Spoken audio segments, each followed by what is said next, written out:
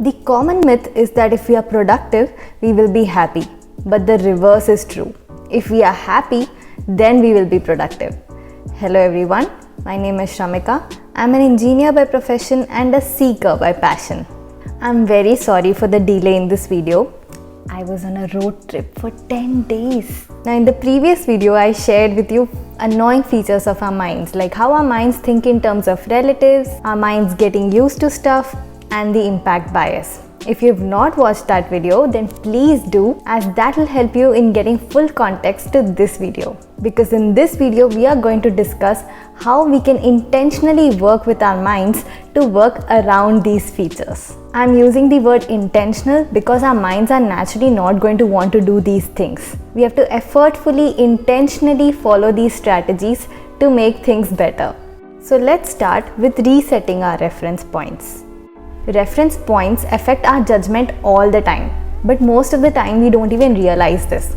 For example, when you're eating roti sabzi and there's chole bhature in front of you, you're not going to be very happy. But when you're eating roti sabzi and there's khichdi in front of you, you're going to be much happier. Am I right? Or is it just me? So let's see how we can reset our reference points. Concretely re-experience. We often forget what was the reference point before and adjust into the new surrounding pretty quickly, making that the reference point. For example, say your dream job is in Google and you get it. Initially, you're very happy, very excited about the new job, all the food, the facilities you get over there. But within a year or so, you will get adjusted into this new surrounding and this will become your reference point. So what you should do is concretely re-experience. Consciously think how you felt when you were in the previous job and how much better off you are right now. Or say if you were unemployed, think about how you used to feel at that time. Continuously remind yourself how much better off you are right now. This will help in switching the reference point and will make you feel much happier. On the similar lines, the next one is to concretely observe. You could be in a situation much worse. Think about it and remind yourself how lucky you are to be here. If you remember, I had told you that I had not got into IIT and instead studied in NIT. Now instead of feeling constantly sad about it, what I could do is imagine that I had not got into NIT also. Life could have been worse, right? So this is what I mean by constantly observing. Really see what the other half is like and you will like your half even more. Grass always seems to be greener on the other side. Avoid social comparison. We kind of alluded to this in the previous video that the worst kinds of reference points are people on social media. And if we can avoid using those reference points, we'll be a lot happier. Comparing ourselves to versions of people on social media can lead us to us being sad and depressed. The good news is that there are a lot of strategies we can use to overcome this. Let me quickly tell you all of these one by one. Some of these you might like, some you may not like, so pick and choose whatever suits you. The first one is the stop technique.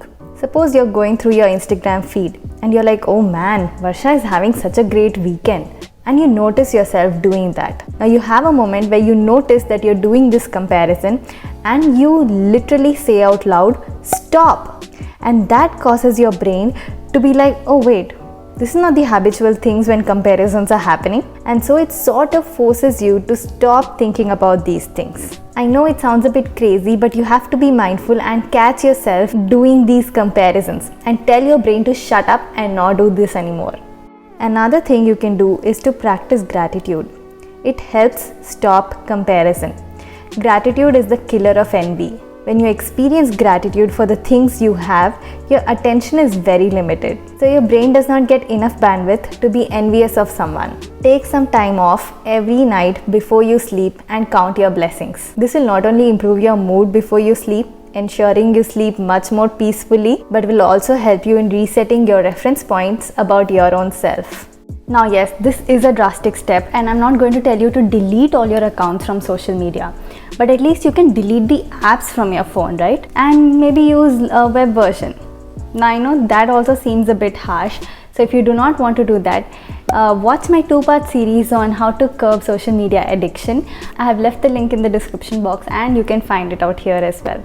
I have shared 10 different techniques you can use in order to bring down your social media usage. Try them and implement them in your life. I'm speaking from my own experience. I'm so much more happier after bringing down my social media usage. Do you remember the next annoying feature of our minds? It was that our minds get used to stuff very easily. So let's see how do we work around this feature. So our minds get used to stuff which are not at all dynamic in nature, like a house or a car. Now since these are not dynamic at all, these stick around for a long time without any change. So in short, the stuff that we buy are the main culprit of hedonic adaptation. So the strategy we are going to use is that we don't invest much in this awesome stuff. We will invest in experiences. Now what do I mean by experiences? Something that you buy with money but is short-lived. Like going on a vacation, going to a concert, spending time in an art gallery, or as simple as going out in a restaurant to eat. Now these kind of experiences are short-lived, so our mind doesn't get the time to get used to this stuff. Investing in experiences has multifold benefits. Now again, I'm going to be taking my own example here. I'm just back from a vacation. We planned for this trip a few weeks back, and ever since then our happiness levels were much higher. Why?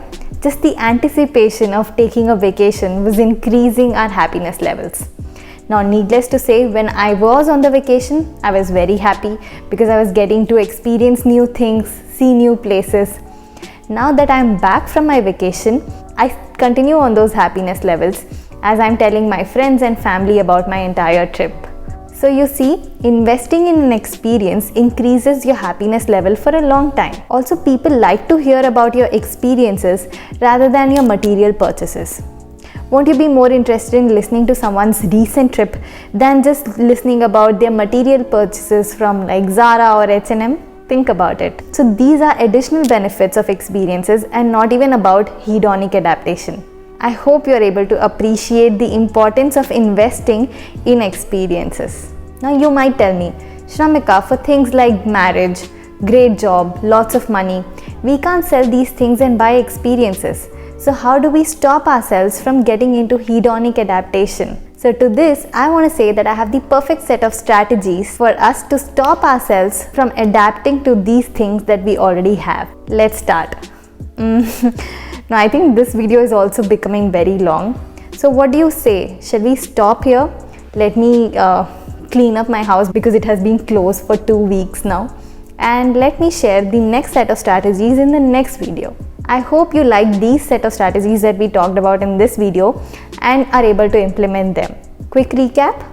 We got to concretely re-experience and re-observe to reset our reference points, and we should be extremely mindful of the way we use social media. I hope you're enjoying this happiness and wellness series as much as I am enjoying creating this. So if you like this video, then please hit that like button and subscribe to my channel if you haven't already. This will help me be happier. I'll see you again next week. Until then, happy learning and bye.